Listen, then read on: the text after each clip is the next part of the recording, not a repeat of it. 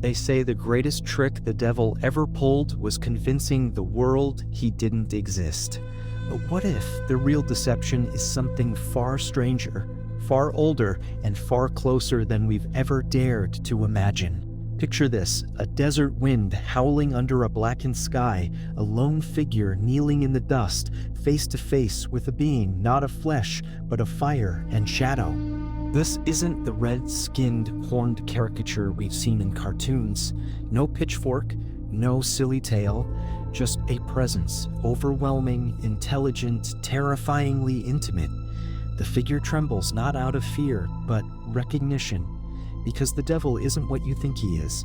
He's not a creature hiding in the shadows. He's the shadow you've never dared to look into. In this episode, we journey beyond dogma and doctrine, peeling back the veil that cloaks one of the most misunderstood symbols in spiritual history.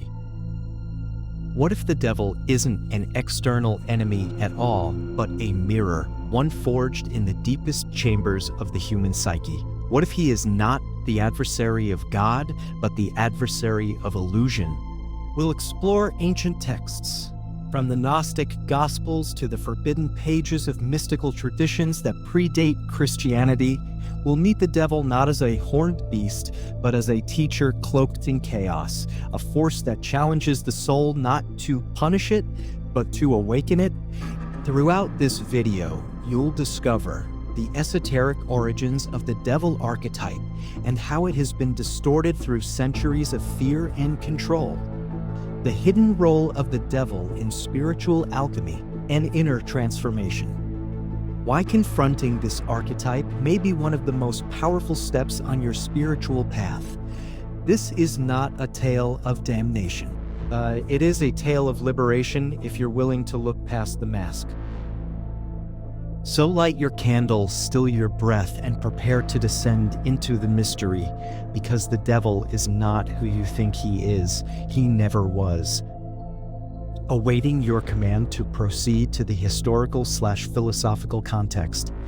Long before Dante penned his Inferno, before Milton gave us his defiant Lucifer falling like lightning from heaven, before medieval woodcuts and Sunday sermons painted the devil as the horned tyrant of hell, there were older stories, stranger ones, and they whisper a truth that has been buried beneath centuries of fear. In ancient Zoroastrianism, one of the earliest organized religions, the cosmic struggle between Ahura Mazda, the wise lord, and Angra Mainyu, the destructive spirit, formed the foundation of good and evil.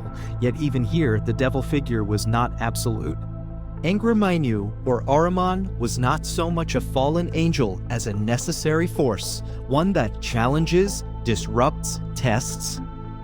In this cosmology, evil is not autonomous. It's a byproduct of ignorance, of the soul's misalignment with truth. The Hebrews gave us Hasatan, not a name, but a title, the adversary, not a rebellious God, but an agent of the divine, appointed to test the faith of humans. In the book of Job, Satan isn't the devil as we know him today. He walks in the courts of heaven, speaking with God, playing a role like cosmic prosecutor. His job? To expose falsehood, to shatter comfort, to burn away the illusions that bind. Even the Gnostics, those mystical outcasts of early Christianity, spoke not of a singular devil, but of an ignorant demiurge, a false god who shaped the material world and trapped the soul within it. For the Gnostics, the ultimate adversary wasn't evil incarnate, it was ignorance personified. The true path wasn't about fearing a devil, but transcending the illusions of the material world he governed. In ancient Egypt, the god Set played a similar role. A deity of chaos, storms, and foreign lands, Set murdered his brother Osiris, but later, in an unexpected twist of mythology, fought alongside the sun god Ra to repel the forces of darkness. Enemy and ally, Set embodies the ambiguous duality that so often underlies the devil archetype. So how did this multifaceted, symbolic figure become the pitchfork-wielding tyrant of fire and brimstone? As organized religion tightened its grip, nuance became a liability. The early church, seeking control and simplicity, reduced spiritual complexity into stark binaries: God and devil, heaven and hell, obedience and sin. Anything that challenged authority, sparked inner questioning, or represented the wild, untamed aspects of nature was demonized, literally. The serpent in Eden, for instance, is never called Satan in the original Hebrew text. That interpretation came later, inserted like a virus into the mythos, because the serpent, the bringer of knowledge, the one who says you shall not surely die, was too dangerous. He offered something unacceptable: empowerment, awareness, autonomy. Thus, over time, the devil was molded not as a symbol of transformation or inner trial, but as a bogeyman, a scapegoat for desire, a prison warden of shame. But the older traditions remembered differently. To the alchemists of the Middle Ages, the adversarial force was part of the process, nigredo, the blackening, the necessary decomposition before purification and enlightenment. The devil was not to be feared, but faced. To Carl Jung, the psychologist of myth and shadow, the devil was a symbol of the repressed self, the shadow archetype. Everything we deny, bury, and fear within ourselves becomes projected outward. Onto a devil we can blame. But the real terror is internal. It's the unlived life, the unintegrated truth. And so hidden beneath thousands of years of distortion lies a radical idea: the devil is not your enemy. He is your initiation. To begin understanding who or what the devil truly is, we must shift from outer mythology to inner psychology, from blame to integration, from the frightened eyes of the believer to the knowing gaze of the initiate. In esoteric traditions, the devil is not a being, but a principle. He is the guardian of thresholds, the tester of resolve, the fire through which all falsehood must pass to be made real. Imagine your soul as a temple. At the gate stands a dark figure, cloaked and silent. He doesn't ask for your name, he asks what you've hidden. He is the keeper of the unexamined self. This figure, this archetype, is what the mystics called the shadow. Carl Jung defined it as the collection of all the parts of ourselves we reject: rage, lust, fear, jealousy, power, pride. We banish these things from the light of our conscious mind, and in doing so, we give them form. We create a devil, not out there, but in here. The devil becomes real when we pretend he's not part of us. In the tarot, the devil card is rarely about external evil. It shows two figures chained by the neck to a horned beast. But look closer, the chains are loose. They could lift them off any time. The devil in this card is not a captor. He is a reflection of voluntary bondage, addiction, illusion, fear, the things we chain ourselves to and then cry foul when we can't move forward. Now consider this. In spiritual alchemy, transformation requires descent. One must pass through nigredo, the blackening stage. It's messy, humbling, shattering. The devil is this crucible. He is the force that dismembers the ego so the soul can be reassembled with truth, not to punish, but to purify. And yet, we have been taught to fear this force, to associate darkness with evil, chaos with danger, and doubt with sin. But in reality, all growth begins with chaos. The seed must split. The night must come. The caterpillar must dissolve into goo before the butterfly emerges. The devil is this dissolution. He is the reminder that before you ascend, you must descend. And that descent, it's rarely voluntary. It often appears as a crisis, a breakdown, a betrayal. The moment your job fails, your partner leaves, your beliefs collapse, or the mask you wore begins to rot. That is when he shows up, not to drag you into hell, but to offer you freedom if you're willing to pay the price: honesty. Because the devil is the price of awakening. And the truth? Most people would rather stay asleep. He is the whisper that says, burn the script. Be who you really are. He is the fire at the edge of the forest, the dragon under the mountain. He is the gatekeeper of transformation. Not a demon of torment, but the mask worn by the part of you that refuses to stay silent. Let us now follow the devil deeper, beyond the gate, past the masks, and into the cavern of mirrors. What makes this archetype so powerful and so terrifying is that it exposes a truth we would rather not face. The devil does not oppose you. He reveals you. In every great myth, there is a figure who embodies this revelation. In the Gospel of Luke, it is Satan who tempts Jesus in the wilderness, not with suffering, but with power, recognition, and comfort. Turn these stones into bread, he says. Throw yourself down and let the angels catch you. These are not the torments of hell, they are the subtle temptations of the ego. The devil isn't threatening him, he's offering him shortcuts. The real test isn't about resisting evil, it's about recognizing illusion. This is the essence of the devil archetype in esoteric wisdom.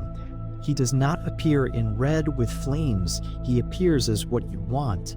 What your ego craves.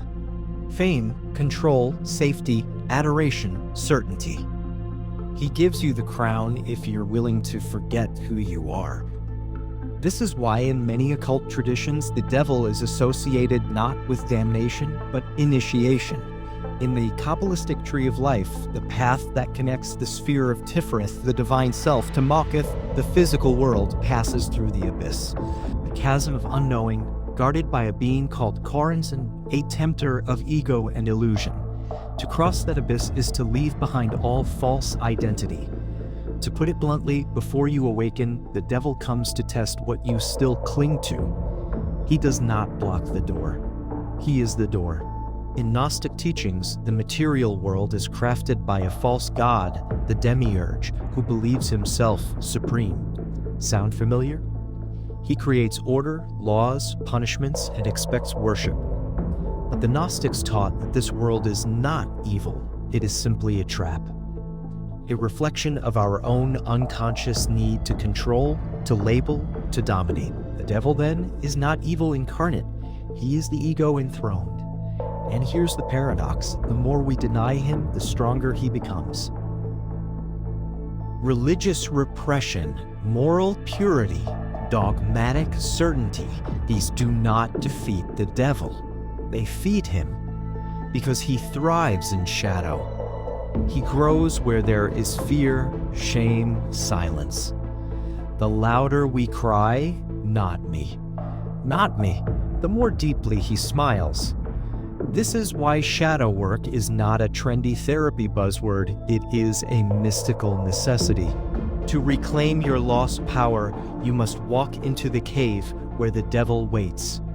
But here's the final twist, the one that ancient mystics whispered only to initiates. When you finally face him, truly face him, not with fear, but with presence, he disappears, because he never existed to begin with, not as a being, but as a boundary.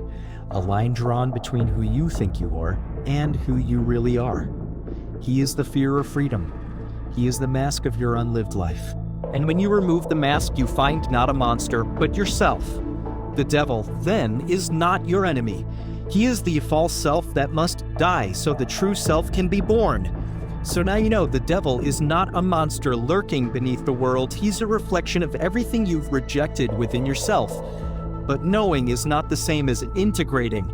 The map is not the terrain. And if you're serious about this path, this sacred, terrifying descent into wholeness, then theory must become practice. Let's talk about how. 1. Shadow work. Meeting the devil within shadow work isn't about indulging your dark impulses. It's about recognizing them, listening to them, and integrating what they reveal. Start by asking, what traits in others trigger a strong emotional response in me? What do I judge, hate, or fear so strongly that I avoid it at all costs? These are clues. The devil often wears the face of the people we despise. Keep a journal, not a cute gratitude diary, but a dark mirror. Just to witness it. This act alone begins the alchemical process, because what we bring into awareness loses its power over us. 2, the temptation inventory. Remember, the devil doesn't threaten. He offers. He entices. Ask yourself, what am I tempted by when I feel most powerless? What fantasies do I feed when I want to escape my life? These aren't just bad habits. They are breadcrumb trails to unmet needs and unlived truths. The devil doesn't lie to you. He exaggerates what you've hidden. Learn to decode the offer. 3, inner dialogue. The Lucifer exercise. Lucifer, the light bringer, is not the enemy of God in esoteric teachings, but a bringer of self-awareness. Try this. Sit in quiet space. Light a candle. Close your eyes. Now imagine the devil, not as a grotesque being, but as your inner shadow sitting across from you. Ask him, what truth have I been avoiding? What part of me do you represent? And then listen. Without judgment, without interruption, you may be shocked by what you hear. 4, embrace the descent. Stop trying to vibe higher every time life falls apart. The descent is sacred. When breakdowns happen, relationship failures, identity crises, creative stagnation, don't numb them. Sit with them. Ritualize them. Turn off your phone. Write a letter to your old self and burn it. Bury something symbolic in the earth. Mark the death of who you thought you were. This is not dramatics, it's alchemy. The devil always appears at the threshold of rebirth. Learn to honor his arrival. 5, conscious temptation. Reclaiming power. Choose one devilish quality you've repressed: anger, ambition, sexuality, pride. Now reframe it. Anger becomes the voice that says no when you've been silent too long. Pride becomes healthy self-worth. Sensuality becomes presence in the body. Practice embodying it consciously for 1 week. Let it inform your posture, your decisions, your speech, not recklessly, but with full awareness. You'll begin to see the devil isn't dangerous when you're conscious. He's dangerous when you're not. These are not comfortable practices. They aren't supposed to be. But if you can endure them, if you can meet the devil without flinching, you may just walk through the fire and emerge with something no book can give you: your power, your truth, your wholeness. You become the alchemist, and the devil becomes your crucible. So now the mask is off. The devil, the adversary, the tempter, the shadow was never out to get you. He was placed before you, not as punishment, not as predator, but as a catalyst, a sacred riddle.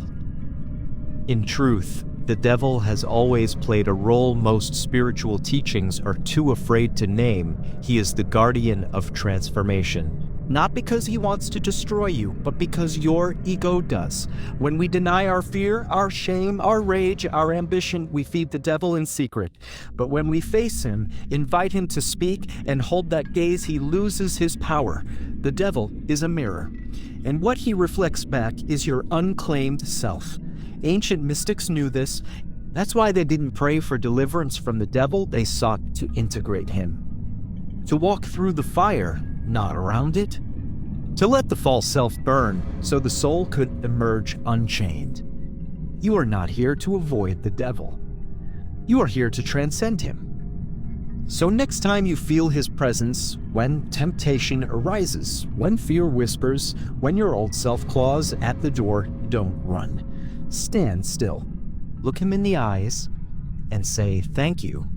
I'm ready." If this exploration resonated with you, don't let it stop here. Reflect. Journal. Practice. Begin the inner descent not with fear, but with reverence. And if you found value in this, share it with a fellow traveler who might need to meet their shadow too. Because if there's one thing the devil hates, it's when we wake up. The real secret? He never wanted to win. He wanted you to remember. The journey continues. Until next time, walk boldly through the dark It's where the light begins.